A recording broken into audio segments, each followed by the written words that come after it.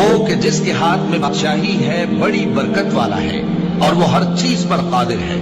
اسی نے موت اور زندگی کو پیدا کیا تاکہ تمہاری آزمائش کرے کہ تم میں کون اچھے کام کرتا ہے، اور وہ زبردست ہے، بخشنے والا ہے. اسی نے 7 آسمان اوپر تلے بنائے. اے دیکھنے والے، کیا تو رحمان کی تخلیق میں کچھ نقص دیکھتا ہے؟ ذرا آنکھ اٹھا کر دیکھ، بھلا تجھ کو آسمان میں کوئی شگاف نظر آتا ہے؟ پھر بار بار نظر کر تو نظر ہر بار تیرے پاس ناکام اور تھک کر لوٹ آئے گی. اور ہم نے قریب کے آسمان کو تاروں کے چراغوں سے زینت دی اور ان کو شیطانوں کے مارنے کا آلہ بنایا، اور ان کے لیے دہکتی آگ کا عذاب تیار کر رکھا ہے. کیا انہوں نے زمین کی طرف نہیں دیکھا کہ ہم نے اس میں ہر قسم کی کتنی نفیس چیزیں اگائی ہیں؟ کچھ شک نہیں کہ اس میں نشانی ہے، مگر یہ اکثر ایمان لانے والے نہیں. کہا ہے فرعون نے کہا، اور رب العالمین کیا ہوتا ہے؟ فرمایا، آسمانوں اور زمین اور جو کچھ ان دونوں میں ہے سب کا مالک، بشرطے کہ تم لوگوں کو یقین ہو. فرعون نے اپنے ارد گرد کے لوگوں سے کہا کہ کیا تم سنتے نہیں؟ موسیٰ نے کہا کہ تمہارا اور تمہارے اگلے باپ دادوں کا بھی مالک. فرعون نے کہا کہ یہ پیغمبر جو تمہاری طرف بھیجا گیا ہے باولا ہے. موسیٰ نے کہا کہ مشرق اور مغرب اور جو کچھ ان دونوں کے درمیان ہے سب کا مالک، بشرطے کہ تم کو سمجھ ہو. بھلا تم کو موسیٰ کی حکایت پہنچی ہے جب ان کے پروردگار نے ان کو پاک میدان یعنی طویٰ میں پکارا اور حکم دیا کہ فرعون کے پاس جاؤ کہ وہ سرکش ہو رہا ہے. پھر اس سے کہو کہ کیا تو چاہتا ہے کہ پاک ہو جائے اور میں تجھے تیرے پروردگار کا رستہ بتاؤں تاکہ تجھ کو خوف پیدا ہو؟ غرض انہوں نے اس کو بہت بڑی نشانی دکھائی، مگر اس نے جھٹلایا اور نہ مانا. پھر لوٹ گیا اور تدبیریں کرنے لگا. سو اس نے لوگوں کو اکٹھا کیا، پھر بلند آواز سے بولا، سو کہنے لگا کہ تمہارا سب سے بڑا مالک میں ہوں. تو اللہ نے اس کو دنیا اور آخرت دونوں کے عذاب میں پکڑ لیا. جو شخص اللہ سے ڈر رکھتا ہے اس کے لیے اس قصے میں عبرت ہے. بھلا تمہارا بنانا مشکل ہے یا آسمان کا؟ اللہ نے اس کو بنایا، اس کی چھت کو اونچا کیا، پھر اسے برابر کر دیا. اور اسی نے رات تاریک بنائی اور دن کو دھوپ نکالی، اور اس کے بعد زمین کو پھیلا دیا. اسی نے زمین میں سے اس کا پانی نکالا اور چارہ اگایا اور اس پر پہاڑوں کا بوجھ رکھ دیا.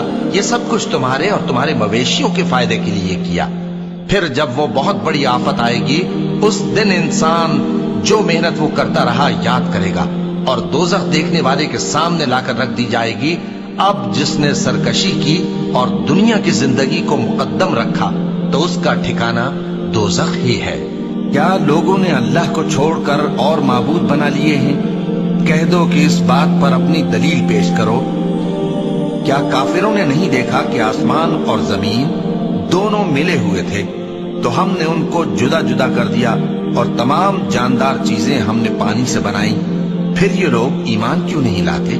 اور ہم نے زمین میں پہاڑ بنائے تاکہ وہ لوگوں کو لے کر ڈولنے نہ لگے، اور اس میں کشادہ رستے بنائے تاکہ لوگ ان پر چلیں.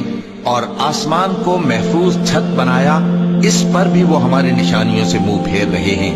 اور وہی تو ہے جس نے رات اور دن اور سورج اور چاند کو بنایا، یہ سب اپنے اپنے مدار میں تیر رہے ہیں. آسمانوں اور زمین کا پیدا کرنا لوگوں کے پیدا کرنے کی نسبت بڑا کام ہے، لیکن اکثر لوگ نہیں جانتے. کہو کیا تم اس ذات کا انکار کرتے ہو جس نے زمین کو 2 دن میں پیدا کیا اور بتوں کو اس کا مد مقابل بناتے ہو؟ وہی تو تمام جہانوں کا مالک ہے.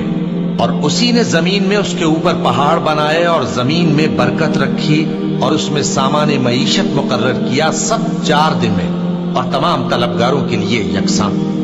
پھر وہ آسمان کی طرف متوجہ ہوا جبکہ وہ دھواں تھا، تو اس نے اس سے اور زمین سے فرمایا کہ دونوں آؤ، خواہ خوشی سے خواہ ناخوشی سے. انہوں نے کہا کہ ہم خوشی سے آتے ہیں. پھر اس نے 2 دن میں 7 آسمان بنائے اور ہر آسمان میں اس کے کام کا حکم بھیجا. اور ہم نے آسمان دنیا کو چراغوں یعنی ستاروں سے سجایا اور شیطانوں سے محفوظ رکھا.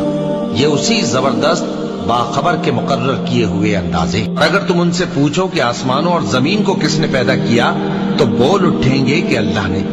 کہہ دو کہ اللہ کا شکر ہے، لیکن ان میں اکثر سمجھ نہیں رکھتے۔ جو کچھ آسمانوں اور زمین میں ہے سب اللہ ہی کا ہے، بے شک اللہ بے نیاز ہے، لائق حمد و ثنا ہے۔ اور اگر یوں ہو کہ زمین میں جتنے درخت ہیں سب کے سب قلم ہو اور سمندر کا تمام پانی سیاہی ہو اور اس کے بعد 7 سمندر اور سیاہی ہو جائیں تو اللہ کی باتیں یعنی اس کی صفتیں ختم نہ ہوں۔ بے شک اللہ غالب ہے، حکمت والا ہے۔ اللہ کو تمہارا پیدا کرنا اور جلا اٹھانا ایک شخص کے پیدا کرنے اور جلا اٹھانے کی طرح ہے۔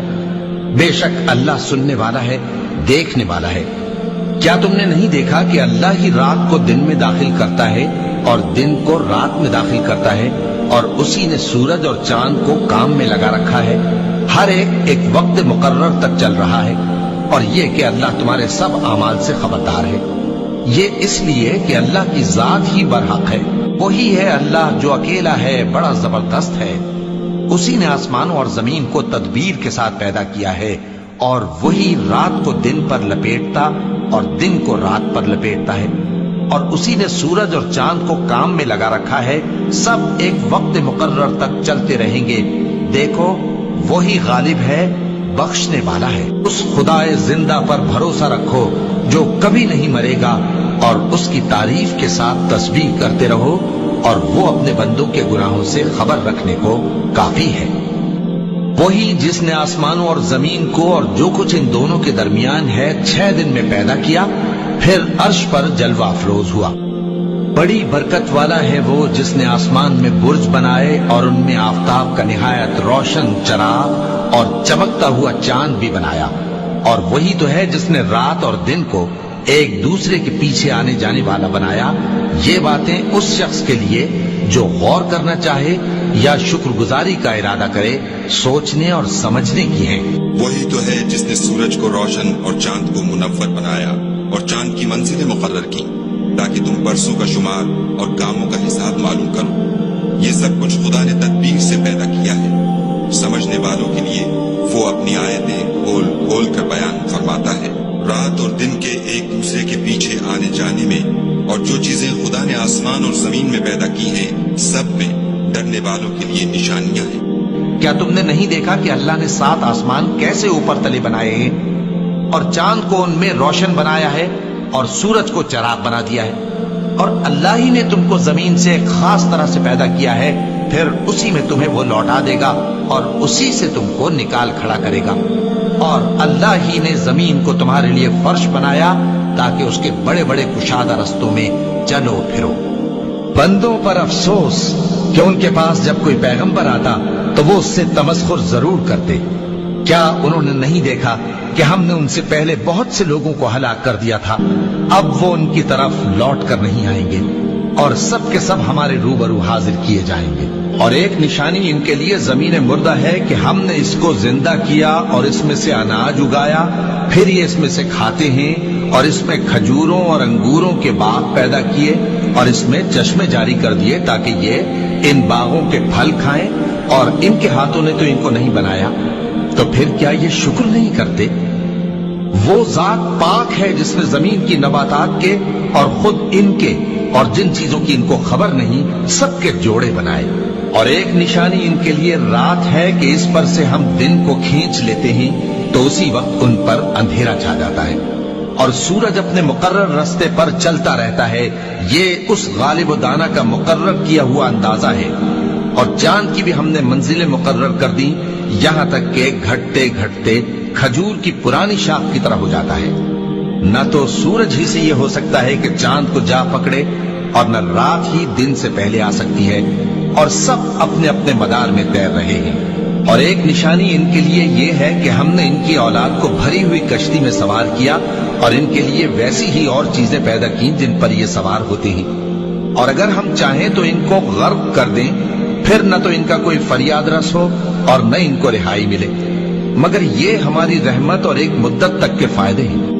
اور آسمان کو ہم ہی نے اپنی قدرت سے بنایا، اور ہم کو ہر طرح کی قدرت ہے، اور زمین کو ہم ہی نے بچھایا، تو دیکھو ہم کیا خوب بچھانے والے ہیں۔ اور ہر چیز کے ہم نے 2 جوڑے بنائے تاکہ تم نصیحت حاصل کرو۔